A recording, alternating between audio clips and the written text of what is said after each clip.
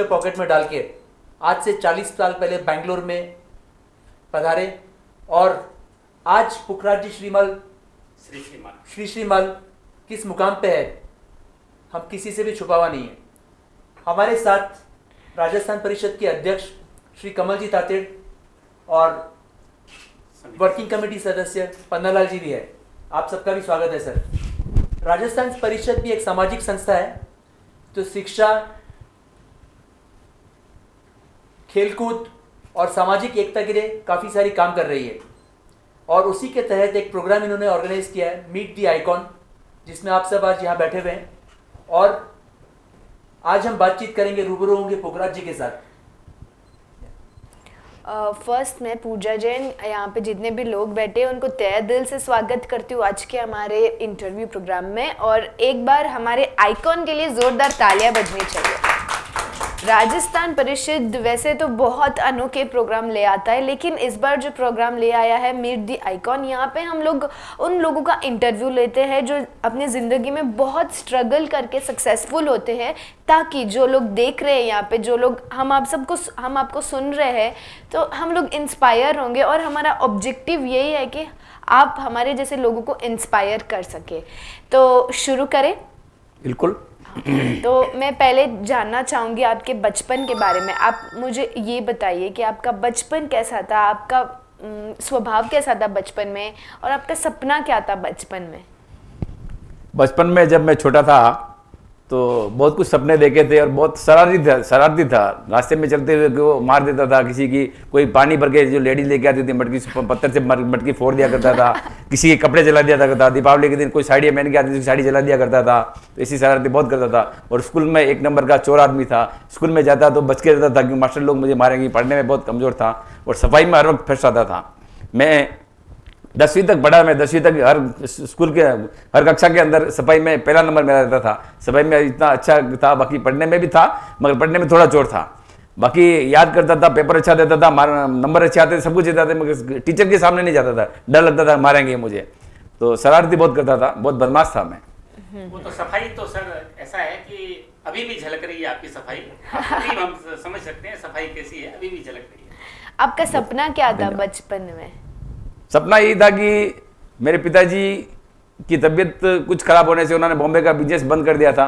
तो हम बहुत लो स्थिति से गुजरे। हमारे पास खाने पीने के साधन भी नहीं थे। हमारे पास एक टाइम का खाना मिलता था, एक टाइम खाना नहीं भी रहता था। ऐसी स्थिति में हम गुजरे हम लोग। तो हमारा सपना, मेरा भी सपना था कि मैं भी कभी कुछ पैसा कमाऊँ, मेरे फादर मदर के लिए कुछ करूँ, मेरे बच्चों के लिए कुछ करूँ। जब छोटा था तो मैं समझता था मेरे बच्चों को, तो मेरे भाई बहनों के लिए कुछ करूँ। मेरा भाई बहन और हम आज जो इस स्टैंडर्ड में है, लोग हमारे को गिरी हुई नज़रों से देखते हैं, तो उसको के लिए कुछ पैसा बनाऊँ, पैसा बना के कुछ अपना नाम कमाऊँ। तो ऐसी मेरी बचपन से ही मेरी एक थ्योरी थी। तो भगवान ने मेरी सुनी और मेरे सब कामनाएं सफल हुई। आज मैं यहाँ तक पहुँच चुका हूँ। क्या बात है, एक बार तालियां बजा दो।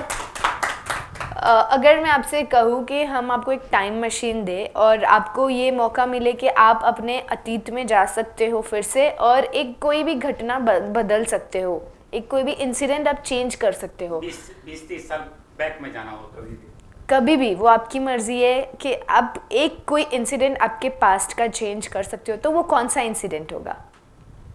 पास्ट का चेंज करना कि यस, मतलब आपको कुछ सुधारना है। यदि आपको मौका मिले तो आप क्या बदलना चाहोगे कि भाई ये नहीं होता तो अच्छा था? हाँ, वो घटना अगर देखें तो आज से करीबन 25 साल पहले की जो मेरे साथ में घटना घटी थी, उस समय हमारा एक एक्सीडेंट हो गया था। हम रास्ते में रात को 12 बजे हम कार से निकले थे, नाथद्वारा से राजस्थान में हमारे घर की तरफ जा रहे थे। तो रास्ते में घटना घटी थी, उसमें मेरी बहन भी थी, मेरा परिवार पूरा था उसमें।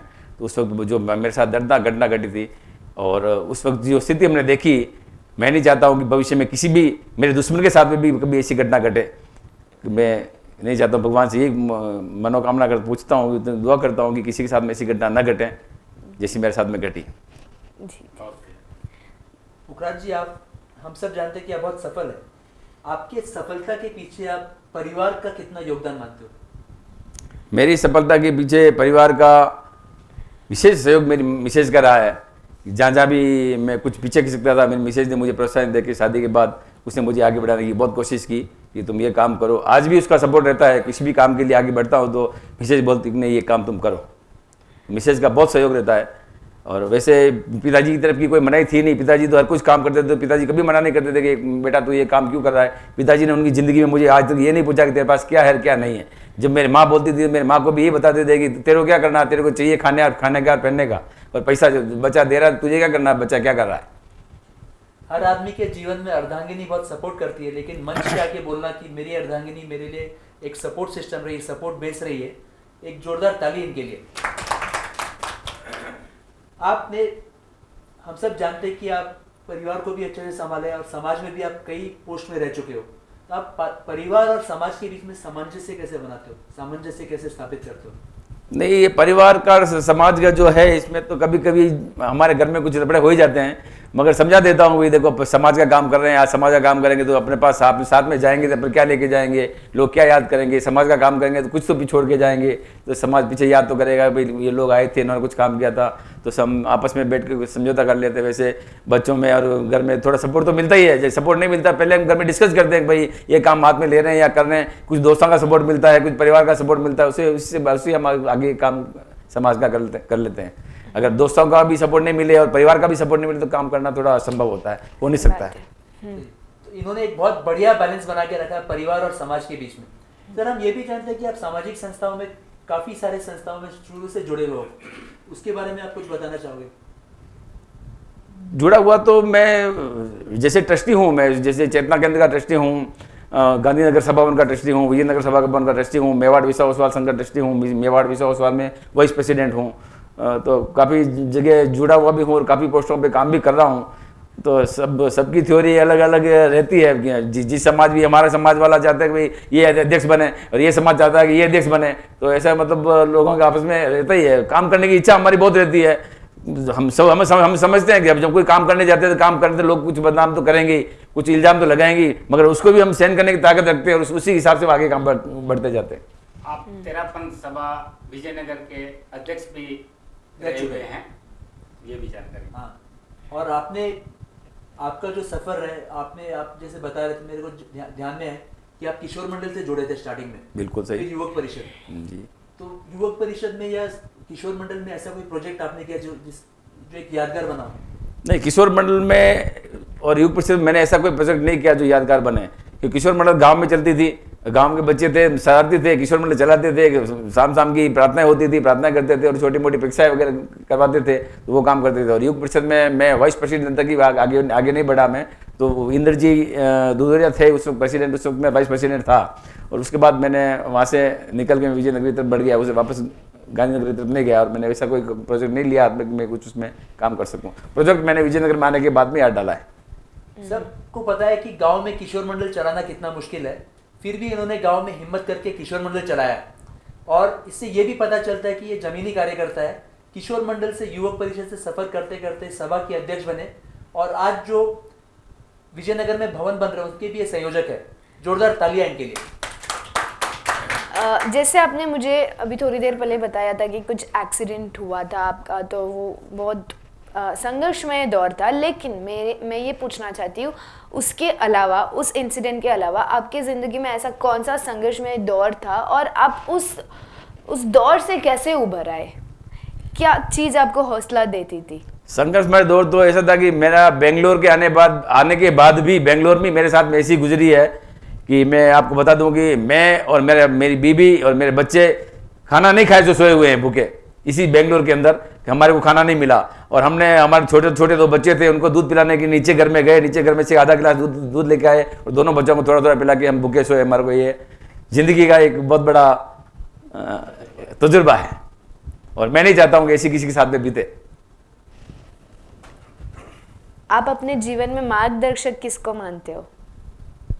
मार्गदर्शक तो परिवार से, तो मैंने बता ही दिया है कि परिवार से तो उनके हिसाब से मैं आगे बढ़ा हूँ, और समाज से अगर कार्यकर्ता को देखा जाए तो सबसे ज़्यादा मार्गदर्शक कन्हैयालाल जी चिप्पड़, जो मेवाड़ विसा ओसवाल के अध्यक्ष है, वो लोग ही मुझे इस मंच तक लेके आए, इस समाज में मुझे जोड़ा उन्होंने।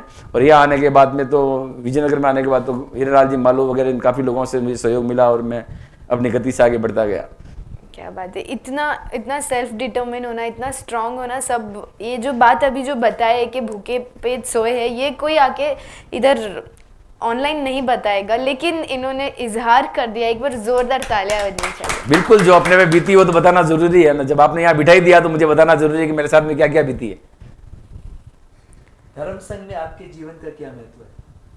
धर्म संघ में मेरे जीवन का क्या महत्व है? आपके जीवन में कितना महत्व है धर्म संघ का? मैं तो धर्म संघ में जीवन में महत्व है ही है। धर्म संघ अपना धर्म संघ है, तो धर्म संघ के पीछे तो मैं सब कुछ करने के लिए तैयार हूँ। या धर्म संघ के पीछे तो विजयनगर सभा के आप ले लीजिए, सभा के पीछे तो मुझे इतना लगाव है कि जो भी कुछ करना पड़े मुझे मैं करने सभा के लिए करने के लिए तैयार हूँ। धर्म संघ से तो मेरा बहुत जुड़ाव है। और आपकी सफलता के पीछे धर्म संघ का आप क्या योगदान मानते हो? नहीं, धर्म संघ से वैसे योगदान की तो ऐसी कोई भावना नहीं। समाज का अच्छा योगदान मिलता है, धर्म संघ से तो कोई योगदान मिलता ही नहीं है। और धर्म संघ से तो कोई भी मैं गुरुदेव से जुड़ा हुआ तो हूँ नहीं कि मुझे धर्म संघ से योगदान मिले, ऐसी कुछ भी नहीं। गुरुदेव की कृपा है और साधु संतों की अच्छी कृपा रहती है, और हमारे समाज के जो सहयोगी लोग हैं, हमारे साथी लोग हैं, उनका अच्छा सपोर्ट रहता है मेरे को। हिसाब से हमारे समाज में एक लेवल से हम काम करके जाते हैं। और मुझे ये भी जरूरत नहीं है कि मुझे मेरा नाम आए और मेरा पेपर में ऐड आए या मेरा नाम मेरे सब जगह पब्लिसिटी हो, वो मुझे शौक नहीं इस चीज़ का। हमारे बीच में एक ऐसे शख्सियत है जिनको पब्लिसिटी का शौक नहीं है और छुप के पीछे से सब काम करते रहते हैं, और अपने सफलता के पीछे गुरुदेव का आशीर्वाद मानते, योगदान नहीं। तो बहुत जोरदार ताली इनके लिए कि आज गुरुदेव के आशीर्वाद से इतना आगे बढ़े। सर, आपने बताया कि आपने धर्म संघ से जुड़े काफ़ी सारे संस्थाओं में सेवा दी है। आपका अनुभव उनसे कैसा रहा? अभी भी चल रहा है, जैसे कि आप अध्यक्ष हो और आप भवन निर्माण से भी जुड़े हो, सभा के आप अध्यक्ष रह चुके हो, तो आपका अनुभव ये सब में कैसा रहा? अनुभव में तो ऐसा है, अनुभव खट्टा मीठा सब रहता है। अनुभव सब टाइप का मिलता है। समाज में सब तरफ के लोग, सब टाइप के लोग रहते हैं। किसी से बातें भी सुननी पड़ती है, किसी का सहयोग भी मिलता है, कुछ गाली भी देते हैं, सभी सुनना पड़ता है। उसको सुनने की, सब कुछ सुनना पड़ता है, सहन करने की ताकत चाहिए, तभी हम समाज में आगे बढ़ सकते हैं। अदरवाइज समाज में आगे बढ़ने का चांस नहीं है।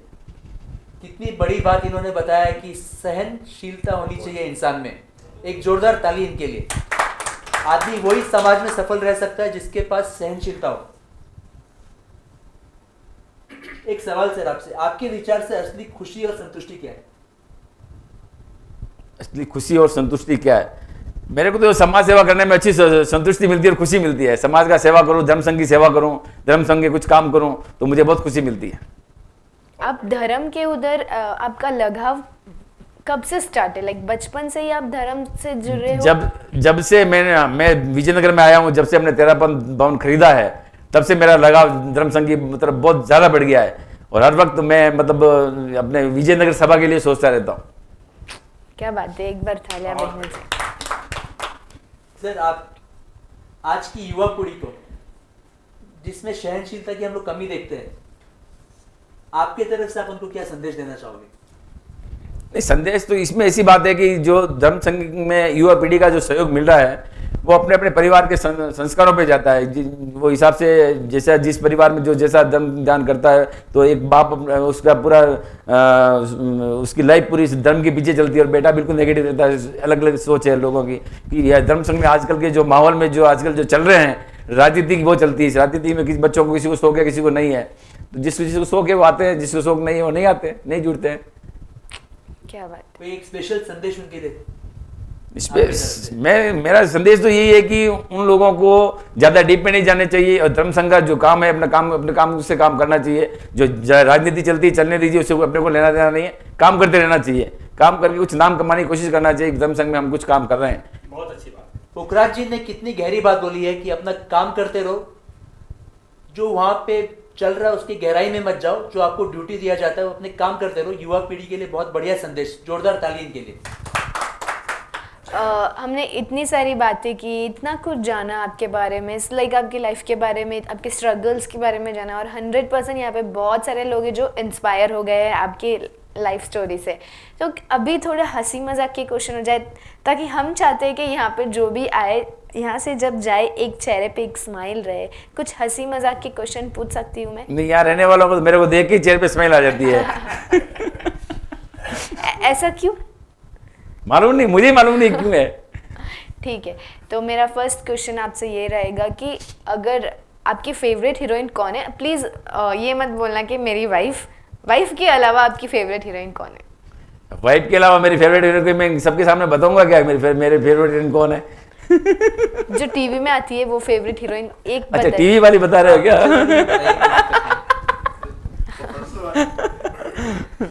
देखो, मैं सबसे अच्छी हीरोइन जो मेरे टाइम पे जो मैंने देखी है, मैं उसमें हेमा मालिनी को अच्छी समझता हूँ। Dream girl. ऐसी कौन सी चीज है जो आप अपने में चेंज करना चाहते हो? मेरे में चेंज में यही करना चाहता हूँ, मुझे कभी कभी गुस्सा बहुत आता है किसी दोस्त यार की बातों को सुनने में, किसी की बातों को सुनने में, किसी काम को लेके कभी कभी मेरी बीपी राइज हो जाती है। तो मैं ये चेंज करना चाहता हूँ, ऐसी थ्योरी मेरे में ना आए, मेरी बीपी ना बढ़े, और मैं उनके साथ में एक दोस्ती के नाते व्यवहार करता जाऊँ, ताकि अपना काम सुचारू रूप से चल सके। कभी कभी मेरे दोस्त मुझे नाराज भी हो जाते हैं, तो उनको भी मनाना पड़ता है, कभी क्षमा भी मांगनी पड़ती है, तो ऐसे बहुत आ जाते हैं, कुछ होता है तो उसको एडजस्ट करके चलना चाहिए। आपकी स्ट्रेंथ क्या है? आपकी ताकत क्या है? मेरी ताकत यही है, मेरी ताकत मेरी आवाज मेरी ताकत है। मेरी आवाज मेरी ताकत है, मैं आवाज देता हूँ, मेरी आवाज थोड़ी बुलंद है, मेरी आवाज से लोगों को, सामने वालों को ऐसा लगता है कि सारा ये कुछ करेगा, ये कुछ करने वाला है, तो ऐसा डर रहता है लोगों के। तो मेरी ताकत है वो, मेरी आवाज ही। बुलंद आवाज आपकी। Yes sir. अगर आपकी पत्नी जी आपसे रूठ जाती है तो आप उन्हें किस तरह मनाते हैं? बड़ा मुश्किल होता है मनाना। फिर आप कैसे मनाते हो उन्हें? बड़ा मुश्किल होता है, मना के उसको 3 दिन लगता है कि एक बार रूठ किसी को मनाने में। और अगर अभी हम आपको ये कहे कि यहाँ पे एक गाना डेडिकेट करना है आपकी पत्नी जी को, तो वो कौन सा गाना होगा? और प्लीज 2 लाइन यहाँ पे हमारे साथ गुनगुनाइए। बहुत अच्छा गाते हैं। मैं गाता हूँ, अच्छा। मैं गाता हूँ। गाना मुझे याद भी नहीं आ रहा इस वक्त, और मैं गा भी नहीं सकता हूँ। 2 लाइन नहीं, यहाँ पे मुझे जो भी आता है हम उनको कंपलसरी गाना ही पड़ता है उनको। नहीं, मेरी बीबी को तो इस वक्त मैं बार बार यही बताता हूँ कि क्योंकि अभी मेरी उम्र 60 को रीच कर रही है, तो मैं मेरी बीबी को हर वक्त किचन में भी साथ में जाता हूँ, यही बोलता रहता हूँ, जब होंगे 60 साल की तब तुम होगी 55 की, बोलो प्रीत निभाओगी क्या तुम भी अपने बचपन की। तो आपके इंटरव्यू में बहुत अच्छा था, हाँ, बहुत सीखने मिला। थैंक यू सो मच, आप यहाँ पे आए, इतनी अच्छी शिक्षा दी, सबको इतना सिखाया। Thank you so much. नमस्कार।